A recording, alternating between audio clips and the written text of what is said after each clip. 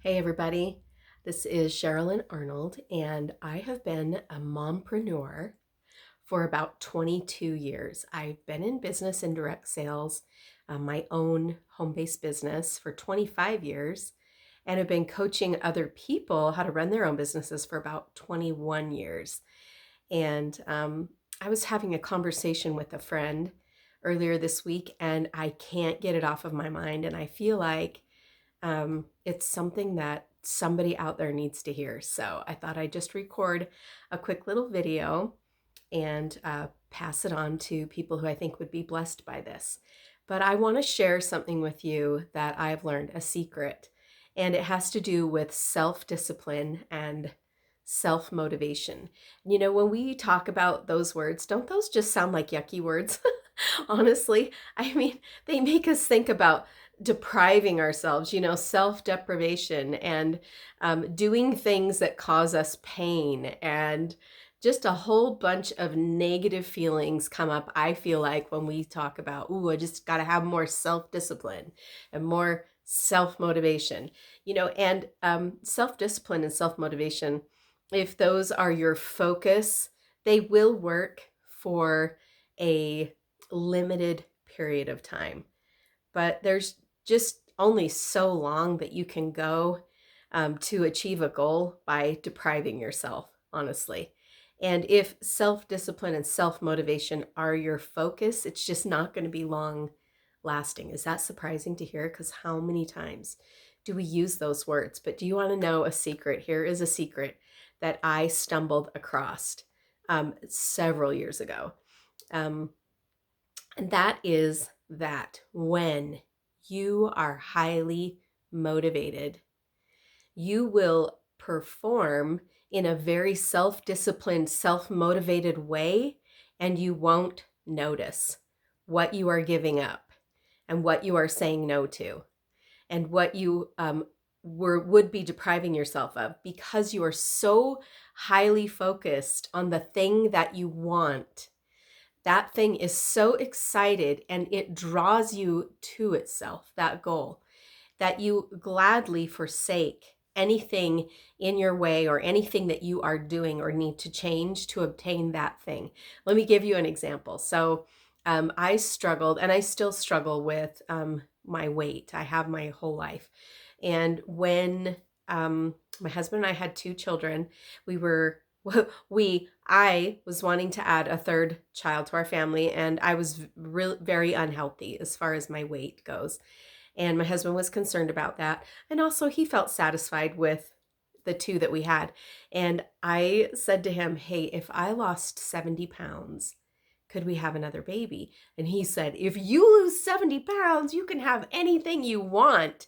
And he's a man of his word. So honestly, guys, this weight that I had been holding on to for probably 15 years, this extra weight, I shed that weight. I got on a weight loss program. I was faithful to it. I did not cheat for 6 months, and I shed that weight. I shed 70 pounds in 6 months, got pregnant, had a baby. But guess what? Guess what happened? When the baby was born, I just steadily put all that weight back on, all that 70 pounds back on. Why? Because at first, I really wanted a baby. I really wanted a baby. I was so excited about the thought of having another baby, this goal. And so for me, getting healthy, I was obtaining something. I didn't really think about, the things I was saying no to, and watching what I was eating and being disciplined and self-motivated. I didn't really think about that.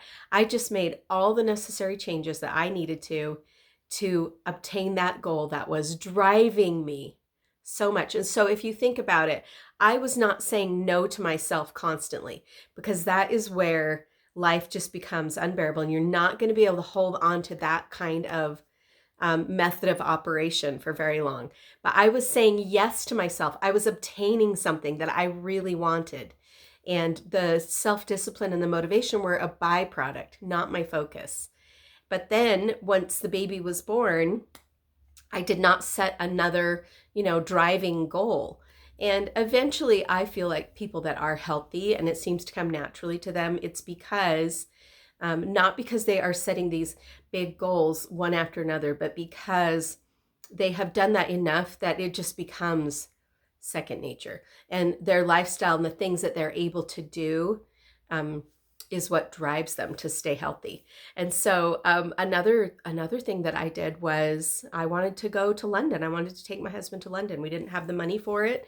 I do run a successful business, but we also have a certain level of lifestyle that my work is required. My work is required and the income is required to support my family. So I wanted to create extra money to go to London. And it was a dream of mine, and I wanted to take my husband for our 25th wedding anniversary.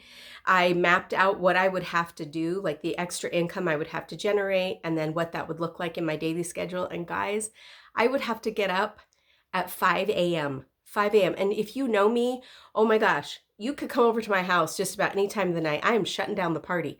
I am the last one in bed. I love late nights. I love sleeping in, and so I would have to get up at 5 a.m. to do that.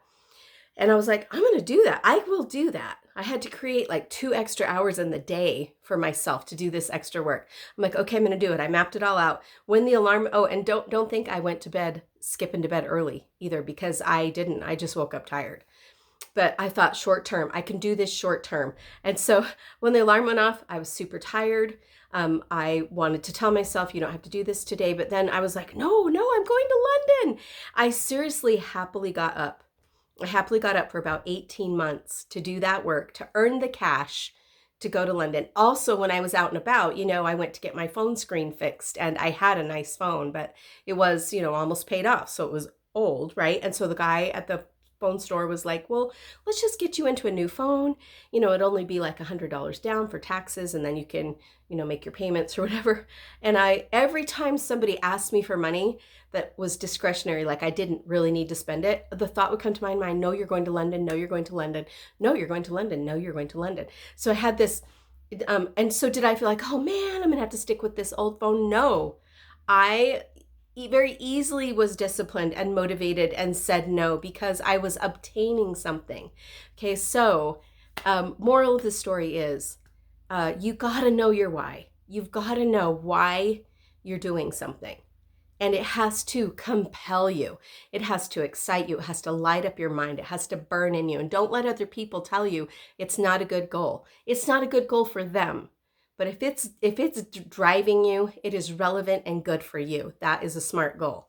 So just wanted to put that out there, that knowing why will produce naturally the self-discipline and motivation that you need to obtain your dreams. So go out and get what you want. You can do it.